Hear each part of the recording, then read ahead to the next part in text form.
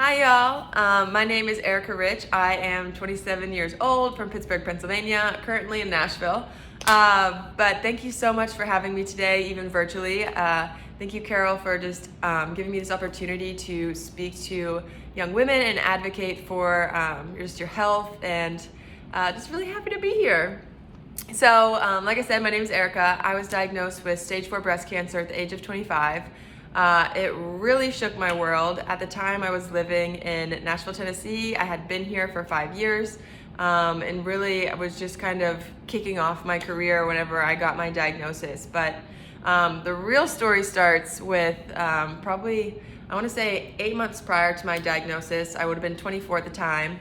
I first started noticing symptoms that I didn't realize were symptoms for breast cancer, and not having any family history of cancer in general, let alone breast cancer. I was young, healthy. I was a yoga instructor. I was gluten-free because of a diagnosis, and then I was vegan by choice. I was a gluten-free vegan at the time because I thought that would prevent things like cancer from happening. So literally thought I was immune to it.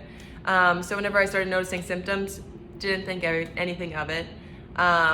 Then as the months started progressing, I started not only gaining weight, but also just getting really tired, and I just kind of chalked that up as just being so busy. At the time, I was just getting my real estate license back.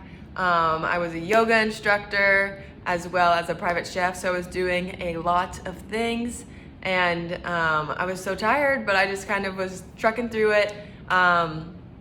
Just blamed it on, work and things, and then just kept telling myself I was too busy, there's no way. And then the symptoms that I noticed first was my nipple started inverting, and then I started noticing like a pus coming from my nipple. Again, didn't think anything of it. And then it wasn't until later in that year when I went home for Thanksgiving, I actually had my sister touch my breast and was like, "Do you feel this? Does this feel weird?" And she said yes, and obviously told me to go get it checked out, and I was like, no way. Nothing's wrong. And then December, came back home for Christmas, and had my sister touch the lump again. It got bigger. Again, told me to go to the doctor, and I was like, no, too busy, we got a lot going on, don't have the time, no way, nothing's happening to me. And then my Bible study group here in Nashville was actually a bunch of students who were in the nursing program, so I had them give me a breast exam. They told me I was okay, didn't think anything of it, and it wasn't until a friend was randomly talking to me about how she was like, "Have you tried this natural deodorant? You would love it. Deodorant's so bad for you, it causes breast cancer." And I just started bawling, and I was like, "Oh my God, I've had this lump, like, you just say that, it's making me nervous." She was like, "Erika, don't be stupid, like, go get it checked out." And I was like, I don't even have a doctor here to go do that. So 25, I had never made my own doctor's appointment, so I had to find a gynecologist here in Nashville, and I found one. Finally made my appointment. I had to change my schedule around so much because of work. So again, telling myself I'm too busy, didn't have time for that, almost didn't go. Went to my appointment, and my gynecologist was so sweet. I told her about how I was a private chef and I only cooked vegan, gluten-free, and then we talked about food for most of the appointment. Thought it was a-okay. But just to be safe, she sent me to the Nashville Breast Center just to see a specialist, and it was there that I got a biopsy done. And before I had a chance to leave that appointment, my doctor who had given me the biopsy right there prepped me for breast cancer, and he was like, "Well, I just want to let you know that there's a chance that this could be breast cancer." And I was like, "Well, what else could it be?" And he was like, "It's most likely gonna be that." So I had to go home, 25, living in Nashville, to my apartment and call my mom. And I don't even think I told her that I had made an appointment because I didn't think anything of it. And just tell her that the doctor told me to prep for breast cancer, and luckily he had given me his phone number. My mom's like, "Do you need me to come down there? Like, is it gonna be a big deal?" I was like, no, it'll be fine. And like any good mom would, she called him right away, and he said that I would probably be more comfortable if I had family here. So the next day, my sister hopped on a flight and flew out to Nashville, and I think like 2 days later, we went to get the results of my biopsy, and it was there that he told me it was breast cancer and that it most likely had already spread into my lymph nodes. So after he said breast cancer, I was just completely just zoned out. Luckily, I had my sister and my friend with me to kind of take notes and to listen to everything else.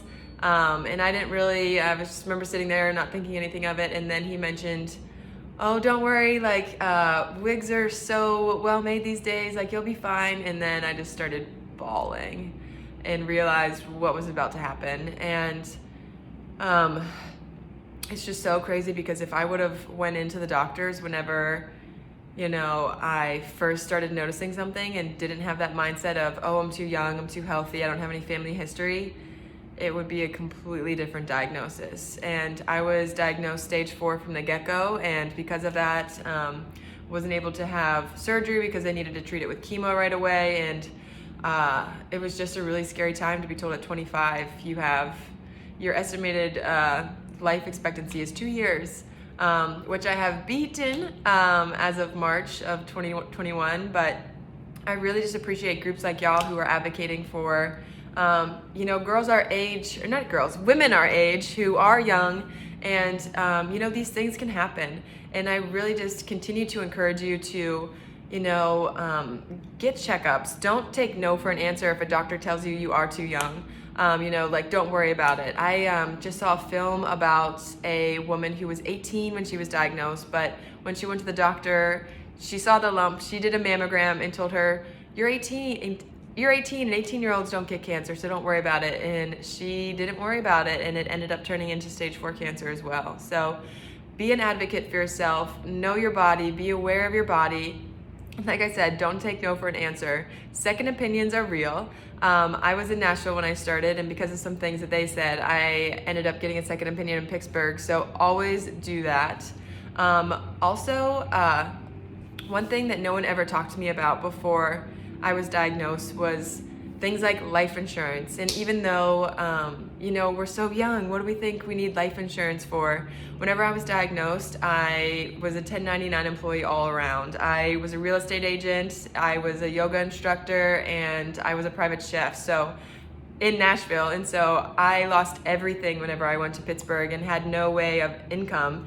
And so now my boss, having seen me go through this, is such an advocate for the young women who are on our team who are coming right out of college, to talk to them about things like life insurance and just being prepared and making sure you have the correct insurance, just in case anything like this happens. And, we've had girls on our real estate team who have lost their parents, and by them just being prepared with things like life insurance has made such a huge difference in their life, and, such a big impact because, again, I lost all of my income and had no idea what I was doing. And I made that transition from whenever I was 25 to 26, and I lost my parents' insurance. So here I was in the middle of a stage 4, dealing with my stage 4 cancer and about to lose my insurance and had no idea what I was gonna do.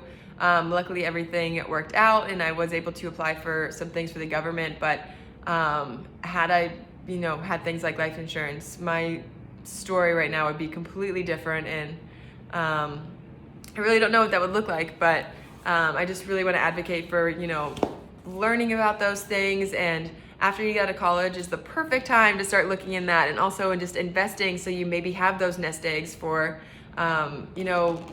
maybe saving up to buy a house. But some things like cancer might happen, and to have those resources is a game changer. So highly advocate for learning more about those resources as well. But also just being so young, one of the things that breast cancer did teach me is that life is too short.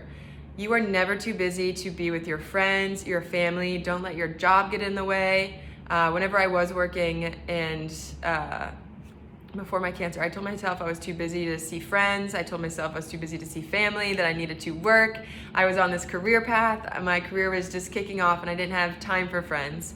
And it wasn't until I was diagnosed that I really, really made time for those people. So you definitely see who your true friends are at that moment. But another thing that I also wanted to advocate for is just living your life. It really should not take a crazy stage 4 cancer diagnosis. For me, it did. Gave me the kick in the ass I needed. But I just want to tell you that you don't need to have, an illness or something bad happen in order to make a change. If you're not happy with your job, change it. If you're not happy with your relationship, change it. If friends aren't, what they need to be in your life, get rid of them. And it's up to you. It's you're the one that has to make that choice, make that decision, make those changes. But if you're not happy, make a change. There are so many other things out in the world that are just waiting for you, and by getting rid of the things that no longer serve you, you're just making space for what belongs to you and those people in your life that should be there. And that was one thing I really learned from my breast cancer, is that once you get rid of the stuff that you don't need, the stuff that you do need really just pours in, and your true friends really do show up in times of need. And just kind of take note of who those people are that do show up whenever things are rough. And sorry, I've got notes. I'm gonna see if I have anything else. So glad I'm not doing this in person because talking is scary. But also another thing that I learned is experience over things. Whenever I graduated and had my first job, I spent money on the dumbest stuff. I really wish I would have saved it and traveled more, just gone to more like concerts and things like that you'll remember forever, as opposed to buying a new pair of shoes that'll probably go out of style. So experience over things was another thing I really learned. And even now, I would rather go on a trip that I will help fill my cup up than buy myself something. So remember that. And then also just self-care. Something that really took me getting cancer and slowing down and realizing that if I don't take care of me, no one is. And not just like physically. I was doing a lot of yoga and I thought I was the physically most fit person I knew. But mentally, it's a really important that you take care of yourself. I highly encourage you to talk with a therapist. You don't need to be, mentally struggling to have someone to talk to.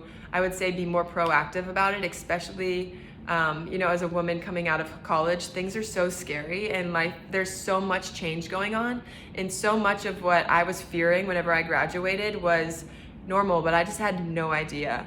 And I really struggled with depression right out of college because I no longer was playing soccer, which was, my identity. I was in a sorority, which was a part of my identity. And then I moved to a city where it was just me by myself, living alone in Clarksville, Tennessee, and there was nothing around. And I lost a bit of myself because, I just started secluding myself and not really just going out as much. So if anything like that happens, I really encourage you to talk to someone. And even if it's not a therapist, just a friend, if you are ever feeling down, please talk to someone. I dealt with suicide ideation before cancer, and then after I was diagnosed with breast cancer, it really was heightened, and it was the first time that I actually talked to my family about my struggles with depression and anxiety, which became heightened because of breast cancer. And a lot of it came from feeling that I needed to be and look and do things a certain way, which is not the case. Be your own person. And I will say that was another big thing that I learned from breast cancer was, after losing my beautiful long blonde locks and my eyebrows and just looking like a bug, really, that was everything, to me beforehand. My looks were everything to me. That was, just having that all taken away really just showed me that there was more to me than the way that I look. And I'm really glad that I didn't let myself, let that hold me back from things. But there are definitely times that because of, my hair loss and my eyebrows, I didn't do things that would have been fun, which would have, brightened my spirits. And I just want to encourage you to not let, your looks and pimples and your bad hair day maybe hold you back from things. Because if you're letting your looks and your weight and things like that hold you back from life, then you are not living. So just encourage you to live your life. Experiences over things. Let me see if I have any more notes. And then really just live in the now. Again, happiness is your choice, and you choose joy and it'll come and it will find you. I guarantee that. But I'll wrap this up. I'll stop rambling to y'all, but just wanted to say thank you so much for having me, and thank you so much for everything that y'all do, and just advocating for young women to really be advocates for themselves and for their health, because no one is immune to cancer, no matter how old you are, how healthy you think you are, or your family history, really. So thanks for having me, and I hope to meet you all in person. I think I told Carol before that I would love to do some yoga with y'all. So thanks for having me, and I'm so nervous. Yeah, that's everything. But thank you so much, and I hope you enjoyed my little talk, and love you guys.